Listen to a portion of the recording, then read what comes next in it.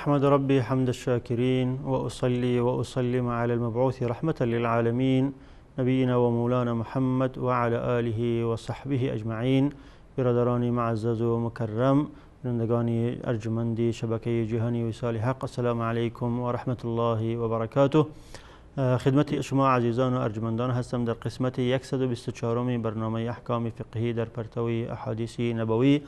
این قسمتی از برنامه ما به ادامه چند قسمتی گذشته در مورد احکام و آداب و مسائل صدقات نفلی و تطوعی هست که در 3 قسمتی گذشته در مورد اینکه مراد از صدقات نفلی چی هست و حکم و حکمتی از او چی است و افضل ترین صدقات نفلی کدام هست و چی وقت باید داده شود و در مورد فضایل صدقات نفلی و اینکه مبطلات صدقات نفلی کدام هست، اینها را در روشنی احادیث گهربار رسول اکرم صلی الله علیه و آله خدمت شما بیان کردم.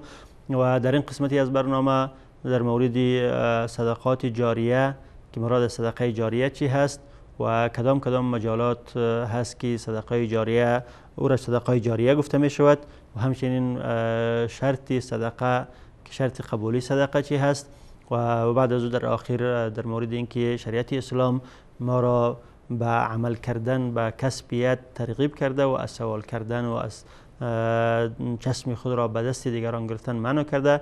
اینها را در روشنای احادیث گهربار رسول اکرم صلی الله علیه و آله خدمت شما در این قسمتی از برنامه بیان خواهم کرد. در مورد مشروعیت صدقه جاریه و اینکه از جمله افضل ترین و بهترین صدقات هست، احادیث از رسول اکرم صلی الله علیه و آله وارد شده که افضل ترین صدقه و بهترین صدقه جاریه است. صدقه است که ثواب از او بر انسان به استور استمرار برسد، چه در زندگانی از او و چه بعد از مردن از او. حدیثی که امام مسلم رحمت الله علیه از حضرت ابو هریره رضی الله عنه روایت میکند، رسول اکرم صلی الله علیه و آله فرمودند اذا مات ابن آدم انقطع عنه عمله الا من 3. وقتی که بنی آدم انسان از دنیا رحلت میکند میمرد، عملی از او قطع می شود مگر 3 نوع عمل از او قطع نمی شود، ثواب از او استمرار پیدا میکند، در قبر هم بر از او ثوابش میرسد. اولا صدقه جاریه، اول چیزی که که ثوابش بر از او در قبر هم میرسد صدقه جاریه است. یک صدقه است که او را انجام داده در زندگی خود و مردم از او استفاده میکنند و تا که مردم از او استفاده میکنند و ثواب از او بر از او در قبر میرسد. او علم ینتفع به، و دوم علم است که از او ینتفع به از او فایده گرفته میشود. او از خود شاگردان گذاشته، کتابانی گذاشته که تا که از شاگردهای از او مردم استفاده میکند، از کتابهای از او مردم استفاده میکند، از سخنانی از او، از مقالاتی از او مردم استفاده میکند، ثواب از او بر از او در قبر میرسد. او ولد صالح یدعو له، سوم ولد صالحی که بر از او دعا میکند و تا که این ولد صالح بر از او دعا میکند با واسطه دعای از او اجر صدقه بر از او داده میشود در قبر و پاداش از او در قبر استمرار پیدا میکند. و لذا از جمله افضل ترین و بهترین صدقات جاریه هست. و از موارد صدقات جاریه اولا کندن چاها است و جاری کردن انهار است یا آب دادن مردم هست با واسطه کندن چاها یا جاری کردن نهرها و دریاها. رسول اکرم صلی الله علیه و آله در حدیثی که امام احمد و ابو داود و امام نسائی را روایت کردند میفرمایند افضل الصدقه سقی الماء، بهترین صدقه دادن آب هست. وسایلی را فراهم کنی که تو از آب از او مردم استفاده کنند، چاهی بکنی، نهری را به ده و به قریه جاری بکنی، چشمه آبی را از یک جای به قریه و به یک ده بیاری و به مسجد بیاری که از او مردم استفاده کنند، چه در خوردن چه در استعمال. صدقه از او بریتون میرسه و از جمله افضل ترین و بهترین صدقات هست. و همچنین ابن ماجه رحمت الله علیه در کتاب صحیح الترغیب خود حدیث دیگری روایت میکند که رسول اکرم صلی الله علیه و آله فرمودند من حفر بئر ماء لم يشرب منه كبد من جن ولا انس ولا طائر الا آجره الله الى يوم القیامه. کسی که چاه آبی میکند و هیچ صاحب جگری از او استفاده نمیکند، هیچ زندجانی از او استفاده نمیکند، چه انسان باشه، چه جن بوده باشد و چه پرنده ها بوده باشد، مگر اینکه الله متعال تا به روز قیامت برای از او ثوابش میرساند و ثوابش برای از او میدهد. و مجال دومی از مجالات صدقه جاریه بنای مسجد است که انسان مسجدی بسازد برای الله متعال و تا وقتی که مسجد آباد است، مردم ها در او، مسلمان ها در او مسجد نماز میخوانند، ثواب از او برای از او در قبرش میرسد و اجر از او مستمر رو و مستمر هست و از پاداش برای از او میرسد. در صحیحین آمده در حدیثی که امام بخاری و امام مسلم را روایت میکنند که رسول اکرم صلی الله علیه و سلم فرمودند: من بنا مسجدا یبتغی به وجه الله بنا الله له بیتا فی الجنه. کسی که مسجدی بسازد به خاطر رضای الله متعال، الله متعال در بدل از او قصر و خانه در جنت برای از او میسازد و تا که این مسجد آباد است و مردم در این مسجد نماز میخوانند، اجر و پاداش ازی برای از او میرسد و این صدقه جاریه است برای از او بعد از مردنش. و همچنین از جمله صدقات جاریه که ثواب از او بعد از مردن برای انسان میرسد، نشر علم هست و نوشتن کتاب هاست، به جا گذاشتن شاگرد هاست و نوشتن مصحف شریف است یا کمک کردن در چاپ مصحف شریف، در چاپ کتاب های دینی و همچنین ساختن خانه ها برای مسافرین و برای فقرا و مساکین و همچنین تربیه اولاد صالح. اینها همه اموری است که صدقه جاریه گفته می شود و ثوابش برای انسان بعد از مردنش می رسد. و این مطالب در حدیثی که امام ترمذی و امام ابن ماجه رحمت الله علیه را در صحیح الترغیب روایت میکند از حضرت ابو هریره رضی الله عنه آمده است که رسول اکرم صلی الله علیه و سلم فرمودند: ان مما يلحق المؤمن من عمله حسناته بعد موته علما علمه و نشره. آنچه که انسان مسلمان را بعد از مردنش حسناتی از او میرسد، عملی که انجام داده، حسنات این عملش برش بعد از مردنش هم میرسد. اولا علم علمه و نشره، علمی است که او را برای دیگران یاد داده و او را نشر کرده، از خود شاگردهای به جا گذاشته، از خود کتابهای به جا گذاشته که تا که از او شاگردهای از او مردم استفاده میکنند، از کتابهای از او مردم استفاده میکنند، ثواب از او برای از او میرسد. او ولد صالحا ترکه، یا ولد صالح از خود گذاشته، تربیه نیک اولاد خود را کرده، به خاطر از این تربیه که اولاد خود را کرده تا که اولاد از او در زنده هست برای از او دعا میکند، ثوابش برایش در قبرش میرسد.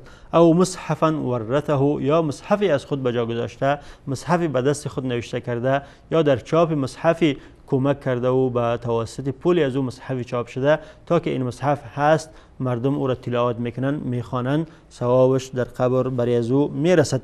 او مسجدن بناها، یا مسجدی بنا کرده تا که این مسجد هست، مردم در این مسجد نماز میخوانند، ثوابش برای از او میرسد.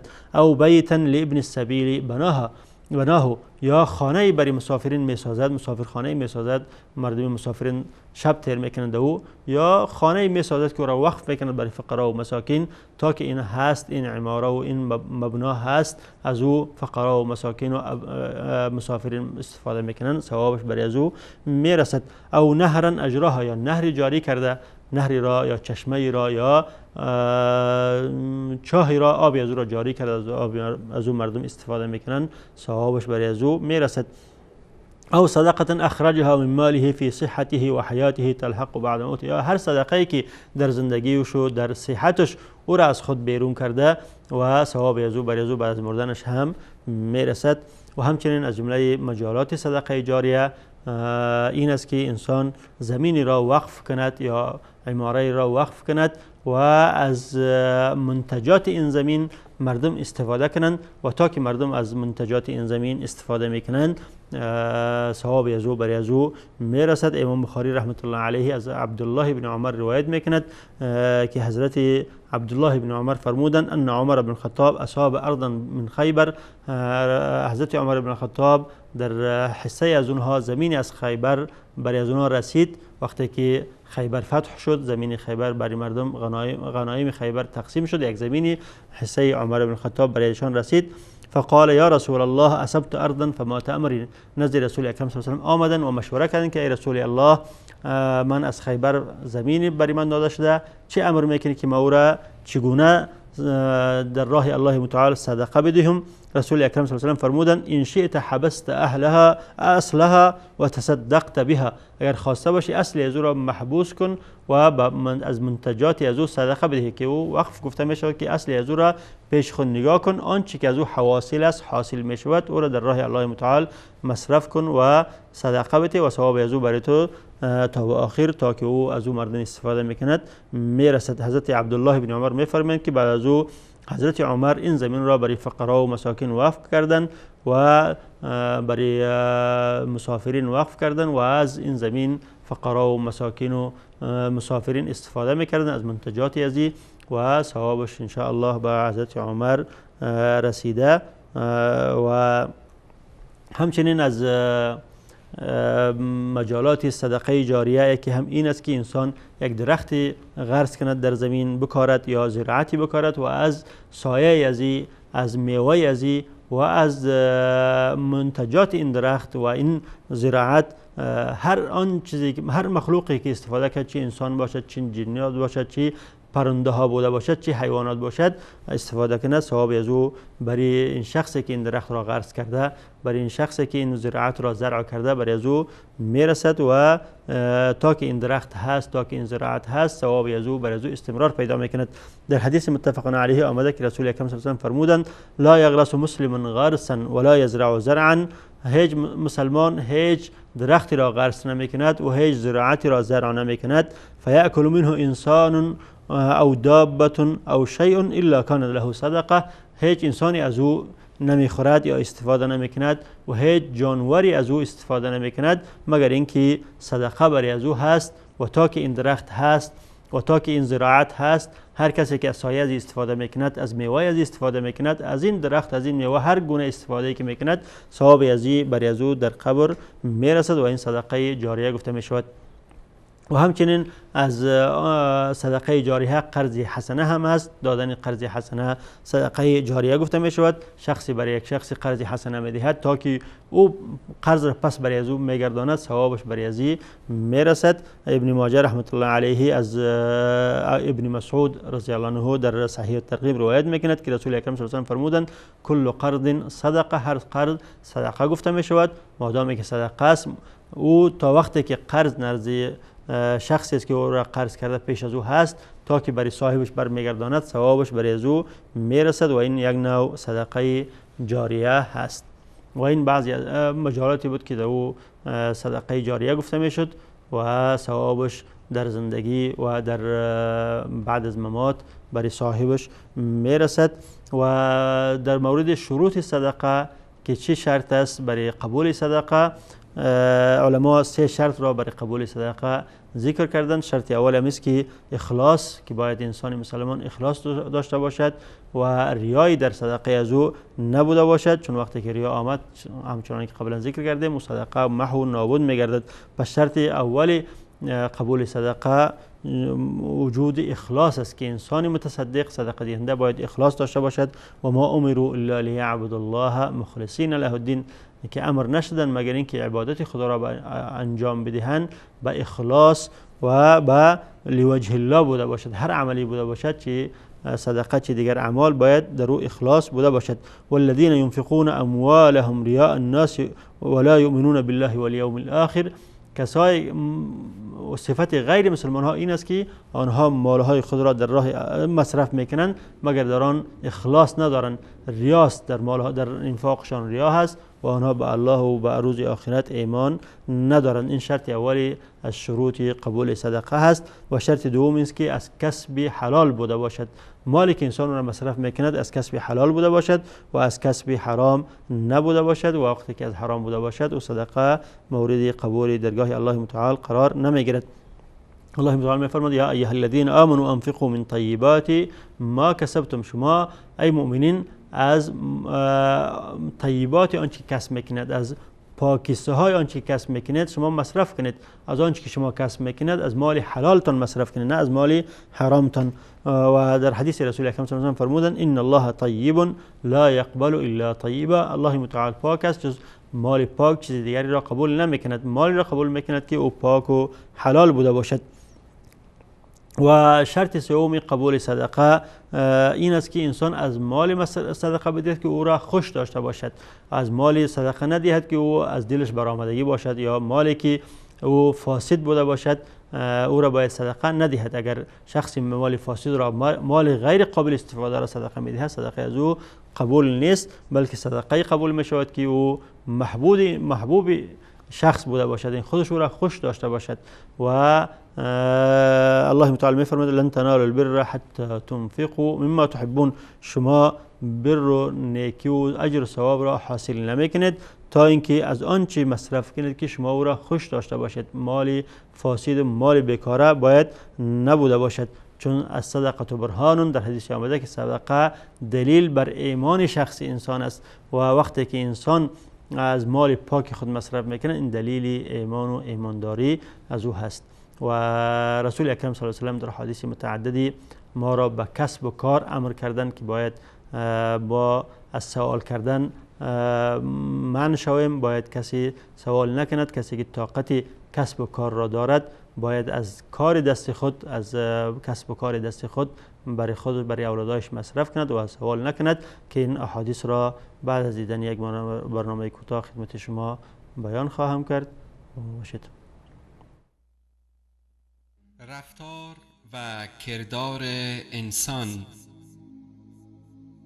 رسول الله صلی الله علیه و آله و سلم فرمودند در روز قیامت بنده قدم از قدم بر نمی دارد تا اینکه از عمرش پرسیده شود که آن را چگونه گذرانده، و از علمش که تا کجا به آن عمل کرده، و از مالش که از کدام راه آن را به دست آورده و چگونه خرجش نموده، و از جسمش که آن را در کدام راه پیر کرده است.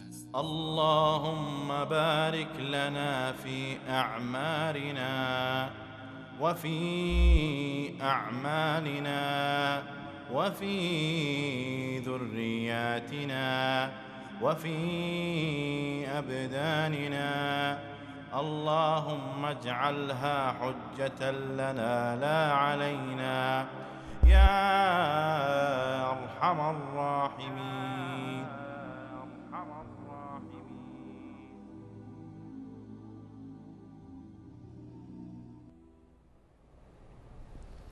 بسم الله الرحمن الرحیم. با عرض سلام و احترامات خدمت شما عزیزان و ارجمندان هستم. همچنان که رسول اکرم صلی الله علیه و سلم ما مسلمان ها را به دادن صدقات و خیرات ترغیب و تشویق نمودند، از جهت دیگری در حدیث متعددی ما مسلمان ها را به کسب و کار ترغیب کردند که باید ما مصرف خود و نفقه خود و عیال خود را از طریق کسب و کار به دست بیاریم، نه از طریق سوال کردن مردم ها. و در حدیث متعددی از سوال کردن بدون موجب مسلمان ها را نهی کردند که انسان مسلمان وقتی که استطاعت داشته باشد باید کسب و کار بکند و نفقه و مصارف خود و عیالش از طریق کسب و کار مصرف پیدا کند، نه از طریق سوال کردن دیگران. امام بخاری رحمت الله علیه از حضرت زبیر بن عوام حواری رسول اکرم صلی الله علیه و سلم، یکی از عشره مبشره بالجنه، روایت میکند که رسول اکرم صلی الله علیه و سلم فرمودند لأن یأخذ احدکم حبله فیأتی بحزمة من الحطب على ظهره فیبیعها فیکف الله بها وجهه خیر له من ان یسأل الناس اعطوه او منعوه. که یکی از شما وقتی که حبل خود را، ریسمان خود را میگیرد و به دشت بیابان میرود و یک هزومی از چوبها را جمع میکند، مجموعه از چوبها را جمع میکند و در پشت خود میوردارد و میآید در بازار آن را سودا میکند و نفقه خود و عیال خود را پیدا میکند و با این واسطه آبروی خود را نگاه میکند، آبرویش پیش روی مردم نمیریزد، این برش بهتر است از اینکه دست خود را به مردم پیش بکند و مردم هم برای از او چیزی بدهند یا ندهند. این حدیث اولا دلالت کننده به این است که رسول اکرم صلی الله علیه و ما را ترغیب به کسب و کار میکند و بهترین لقمه ای که انسان او را میخورد لقمه است که با اوله کف دست خود پیدا کرده باشد، با کسب و کار خود پیدا کرده باشد. و از جهت دیگری از سوال کردن ما را منع میکنند که بدون موجب باید ما کسی را سوال نکنیم. لذا علما قول به تحریم سوال دارند که کسی که بدون موجب بدون ضرورت سوال میکند از دیگران این محرم و ناجایز است. و عده از علما هم قول به کراهیتی از این دارند که این کار مکروه است در صورتی که اذیت برای شخص نبوده باشد یا در صورتی که آبرویش نریزد. اما وقتی که سبب ازی شود که آبرویش بریزد، سبب ازی شود که اذیت برای کسی دیگری واقع شود، یا اگر سوال به صورت الحاح و الحاف بوده باشد، به دو صورت این هم محرم و ناجایز است. و همچنین امام بخاری رحمت الله علیه از حضرت مقدام رضی الله عنه روایت میکند که رسول اکرم صلی الله علیه و فرمودند: ما اکل احد طعاما قط خیرا من ان یاکل من عمل یده. هیچ کسی طعام بهتر از آن طعامی نخورده که شخصی از عمل دست خود، از کار دست خود پیدا کند لقمه نانی و آن را بخورد. بهترین لقمه نان انسان میخورد لقمه نانی است که از کسب و کار خود، از آوره دست خود، از پیدایش دست خود او را پیدا میکند. و این نبی الله داود کان یاکل من عمل یده. رسول الله پیامبر الله داود علیه السلام هم از کسب و کار دست خود میخوردن که با وجودی که پیغمبر بود باز هم کسب و کار میکردن و از کسب و کار خود دست خود نفقه خود را و عیال خود را پیدا میکردن. و به این امر در آیاتی هم الله متعال اشاره نمودند، همچنان که در آیه کریمه میفرمایند که فاذا قضیت الصلاة فانتشروا فی الارض وابتغوا من فضل الله. وقتی که نماز خوانده شد شما در زمین منتشر شوید، بروید در اکناف و اطراف زمین، وابتغوا من فضل الله، و از فضل الله متعال بجوید. وقتی که نماز را خواندید، عبادت الله متعال را انجام دادید، قرار در خانه خود نشینید، بروید در اطراف اکناف زمین و رزق و روزی خود را پیدا کنید. در آیت دیگری می‌فرماید: هو الذی جعل لكم الارض ذلولا فامشوا فی مناکبها و کلوا من رزقه. الله آن ذات است که زمین را برای شما مهیا و انوار و رام گردانیده. فامشوا فی مناکبها و کلوا من رزقه. پس شما در اطراف اکناف این زمین بروید و کلوا من رزقه، و رزق الله متعال بخورید، برای خود روزی پیدا کنید و باری دوش برای دیگران نباشید، دستتان به طرف دیگران دراز نباشد. و از طرفی هم رسول اکرم صلی الله علیه وسلم مسلمان ها را از سوال کردن منع کردند و سوال کردن را به گونه های مختلف، به گونه های متعددی، احادیث متعددی از رسول اکرم صلی الله علیه وسلم ثابت شده است که مسلمان ها را از سوال کردن منع کردند و سوال کردن را یک نوع گناه دانستند برای کسی که استطاعت کار و کسب دارد یا کسی که قدر مالی دارد که برای خودش و برای عیالش کفایت میکند. از جمله این حدیث است که رسول اکرم صلی الله علیه و سلم سوال کردن را سبب افتیدن گوشت روح انسان در روز قیامت دانستند که کسی که بدون موجب سوال میکند در دنیا، در روز آخرت در محضر الله متعال به گونه حاضر میشود که در روی از او یک قطعه از گوشت هم نیست. از حیا و از خجالتی همه گوشت روی از او در محضر الله متعال میریزد. حدیث متفق علیه است از ابن عمر رضی الله عنه که رسول اکرم صلی الله علیه و فرمودند: لا یزال الرجل یسأل الناس حتى یأتی یوم القیامة وليس فی وجهه مزعة لحم. مرد همیشه در دنیا سوال میکند از مردم حتی اینکه در روز قیامت میآید در محضر الله متعال در حالی که در روی از او یک قطعه از گوشت هم نمانده. از حیا و خجالتی همه گوشت روی از او میریزد. و همچنین در روایت دیگری آمده: لا تزال المسألة بأحدكم حتى يلقي الله وليس في وجهه مزعة لحم. سوال کردن با یکی از شما در دنیا استمرار پیدا میکند. یکی از شما در دنیا از مردم سوال میکند، این کار را پیشه خود میسازد تا که در روز قیامت در محضر الله متعال حاضر میشود و در روی از او قطعه از گوشت هم نیست. و این دلالت میکند بر قبح سوال که سوال کردن بدون موجب یک امر قبیح و یک امر ناپسند هست و انسان مسلمان باید بدون موجب بدون ضرورت کسی را سوال نکند.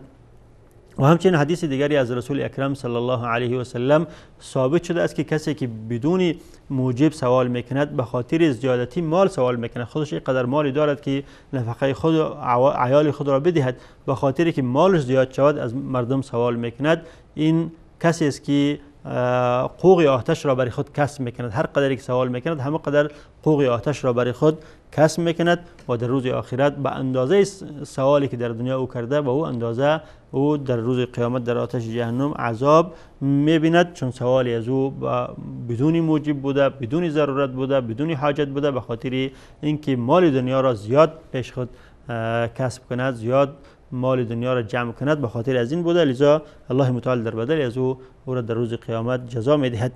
امام مسلم رحمت الله علیه از حضرت ابو هریره رضی الله عنه روایت میکند که رسول اکرم صلی الله علیه و سلم فرمودند: من يسأل اموال الناس تكثرا فانما يسأل جمرا فلیستقل او لیستکثر. کسی که اموال مردم را به خاطر از اینکه مال را پیش خود زیاد جمع کند، به خاطر تکثر جمع میکند، به خاطر حاجت و به خاطر فقر از مردم سوال نمیکند، به خاطر از مردم سوال میکند که مال دنیا را کسب کند، زیاد مال پیش خود جمع کند، پس این شخص یسأل جمرا قوق آتش را سوال میکند، گویا اینکه قوق آتش را برای خود سوال کرده باشد و برای خود جمع کرده باشد. فلیستقل او لیستکثر. پس این شخص اگر خواسته باشد کم سوال کند، اگر خواسته باشد زیاد سوال کند. اگر کم سوال کرد کم قوق آتش را برای خود جمع کرده و اگر زیاد سوال کرد زیاد قوق آتش را برای خود جمع کرده. به اون اندازه که در دنیا این شخص سوال میکند، به اون اندازه در روز آخرت این در آتش جهنم عذاب مییابد.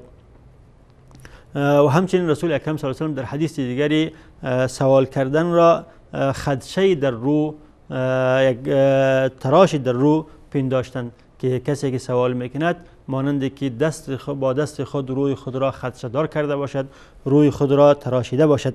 امام ترمذی رحمت الله علیه از سمره بن جندب رضی الله عنه روایت میکند که رسول اکرم صلی الله علیه و سلم فرمودند که المسأله کد یکد بها الرجل وجهه. سوال کردن خدشه است که با واسطه از او انسان روی خود را خدشه دار میکند. الا ان يسأل الرجل سلطانا او فی امر لا بد منه. مگر اینکه مردی از سلطان، از حاکمی سوال کند. وقتی که از حاکم و سلطان سوال میکند این مستثنا هست، چون حاکم و سلطان وقتی که از او سوال میکند او برای از او از بیت المال میدهد و در بیت المال همه مسلمان ها حق دارند، لذا از این سوال مستثنا هست. و امر دوم این مستثنا است که او فی امر لا بد منه، یا این شخص در امر سوال میکند که مجبوریت و ضرورت دارد و این مجبوریت و ضرورت را رسول اکرم صلی الله علیه و سلم در حدیثی که امام ابو داود و امام احمد را روایت میکنند از قبیصه هلالی رضی الله عنه بیان کرده که رسول اکرم صلی الله علیه و سلم در او حدیث فرمودند: لا يحل السؤال الا لثلاثه. سوال کردن جز به سه شخص به شخص دیگری جواز ندارد، فقط به سه شخص سوال کردن جواز دارد. ذی فقر مرقع. شخص اول شخصی است که صاحب فقر خار و ناتوان بوده باشد. فقر و فقیری و مسکینی او را به حالت خاری و ناتوانی کشانده باشد و انسان فقیر و خار و ناتوان بوده باشد، در او صورت میتونه که سوال کند. او دم موجع، یا کسی که یک خونی تأسف بار و درد آور را مبتلا شده باشد، کسی که مثلا سر از او دیتی آمده باشد به خاطر خون، او میتواند که از دیگران سوال کند تا که دیت خود را پوره کند و به صاحب دیت بدهد. او غرم مفضع، یا کسی که قرضداری غیر قابل تحمل را برداشت کرده باشد، قرض زیادی گرفته باشد به خاطر ضرورتش، الان نمیتواند این قرض را بدهد، او در او صورت حق دارد که سوال کند و قرض مردم را پوره کند و بدهد. و همچنین مطلب در حدیث دیگری هم آمده که امام مسلم را از امی صحابی جلیل القدر حضرت قبیصه روایت میکند. به همین مفهوم است که رسول اکرم صلی الله علیه و سلم فرمودند ان المسأله لا تحل الا لاحد ثلاث، که سوال کردن جز به سه شخص به شخص دیگری حلال نیست بلکه ناجایز است. اول رجل تحمل حمالتا، شخصی یک چیزی را متحمل شده باشد و علما در تفسیر از این گفتند که کسی که قرض را متحمل می شود، کسی که دیت را متحمل می شود، کسی که به خاطر صلح کردن در بین دو گروه، دو طایفه و دو شخص قرضدار می شود، متحمل می شود و این شخص حق دارد که سوال بکند و به خاطر ادای قرض خود، به خاطر ادای دیت خود، به خاطر صلح کردن بین دو طایفه از مردم سوال کند و صدقه و بگیرد تا که قرض خود را ادا کند، تا که دیت خود را ادا کند، تا که بتواند که با واسطه این صدقات بین دو گروه مسلمان ها، بین دو شخص مسلمان مصالحه ایجاد کند و صلح بیارد.